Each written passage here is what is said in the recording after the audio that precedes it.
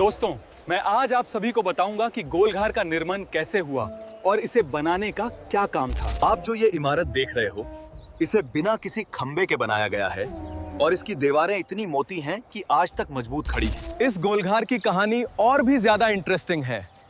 अगर आप पहली बार आए हो तो सब्सक्राइब कर लीजिए। कल्पना करो, तुम एक ऐसी इमारत के सामने खड़े हो जिसका दरवाजा अगर एक बार बंद हो जाए तो शायद कभी दोबारा खुल ही ना सके। एक ऐसी इमारत जिसमें ना कोई खिड़की है, ना कोई हवा जाने का रास्ता और ना ही कोई खंभा, फिर भी 200 साल से सीधी खड़ी है। और सबसे चौंका देने वाली बात, इसे बनाने वाले इंजीनियर ने एक ऐसी गलती कर दी थी जिससे ये पूरी इमारत प्रैक्टिकली बेकार हो गई, लेकिन फिर भी आज भी ये खड़ी है।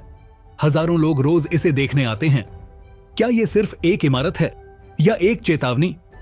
एक ऐसी कहानी जहां इंजीनियरिंग की समझ एक छोटी सी गलती के सामने हार गई। आज हम जानेंगे पटना के गोलघर की सच्चाई, और यकीन मानो, इस वीडियो के अंत तक तुम्हारी सोच बदल जाएगी।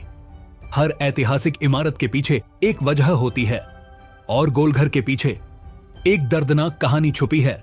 चलो तुम्हें ले चलते हैं भारत के सबसे बुरे दौर में। साल 1770। बिहार, बंगाल और ओडिशा भूख से तड़प रहे थे। खेतों में अनाज नहीं था, लोग सड़कों पर गिर रहे थे और धीरे धीरे पूरा इलाका एक खामोश कब्रिस्तान बनता जा रहा था।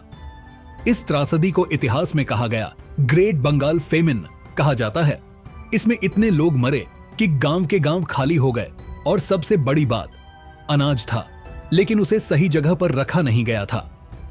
यहीं से शुरू होती है गोलघर की कहानी। ब्रिटिश ईस्ट इंडिया कंपनी को समझ आ गया था, अगर उन्हें अपना राज चलाना है तो अनाज का भंडारण मजबूत होना चाहिए। इसलिए उन्होंने योजना बनाई, बड़े बड़े अनाज भंडार बनाए जाएंगे जहां अनाज सुरक्षित रखा जाएगा आपात स्थिति के लिए। और इसके लिए चुना गया पटना, क्योंकि यह गंगा के किनारे था और व्यापार का एक बड़ा केंद्र भी। फिर एंट्री होती है एक इंजीनियर की, कैप्टन जॉन गार्स्टन। उन्हें एक काम दिया गया, एक ऐसी इमारत बनाओ जो कभी असफल ना हो। और यहीं से शुरू हुआ गोलघर का निर्माण। 1784 में गोलघर का निर्माण शुरू हुआ और इसका डिजाइन बिल्कुल अलग था। यह कोई सामान्य इमारत नहीं थी, यह एक बहुत बड़ा गुंबद था जो बौद्ध स्तूप से प्रेरित था। इसमें इस्तेमाल हुआ ईंट, चूना और पारंपरिक भारतीय तकनीक। इसकी ऊंचाई लगभग 29 मीटर है और दीवार की मोटाई 3.6 मीटर। और सबसे हैरान करने वाली बात, इसमें एक भी खंभा नहीं है, मतलब पूरी इमारत अपने ही वजन पर खड़ी है। यह उस समय के हिसाब से एक इंजीनियरिंग का चमत्कार था। अब समझते हैं यह काम कैसे करता था। सोचो, बैलगाड़ियों में अनाज आता था, मजदूर उसे ऊपर ले जाते थे एक घुमावदार सीढ़ी के जरिए, करीब 145 सीढ़ियां। फिर ऊपर से एक छेद के जरिए अनाज अंदर डाल दिया जाता था और वो धीरे धीरे पूरे ढांचे में भर जाता था। सब कुछ आसान लग रहा है ना, लेकिन यहीं छुपा था एक बड़ा खतरा। गोलघर का दरवाजा अंदर की तरफ खुलता है। अब सोचो, अगर इसे पूरा भर दिया जाए तो अनाज का दबाव सीधा दरवाजे पर पड़ेगा और दरवाजा बंद हो जाएगा। मतलब अगर गोलघर पूरी तरह भर जाता तो उसे खोलना लगभग नामुमकिन हो जाता। यानी जिस काम के लिए इसे बनाया गया था वही काम यह कर ही नहीं सकता था। एक छोटी सी डिजाइन की गलती और पूरा प्रोजेक्ट असफल हो गया। इस गलती के बाद गोलघर कभी पूरी क्षमता से इस्तेमाल नहीं हुआ और धीरे धीरे ब्रिटिश ने इसे नजरअंदाज कर दिया और नए भंडारण सिस्टम बना लिए। गोलघर एक असफल प्रयोग बनकर रह गया। लेकिन क्या यह सच में असफल था या एक सीख? आज गोलघर एक पर्यटन स्थल बन चुका है।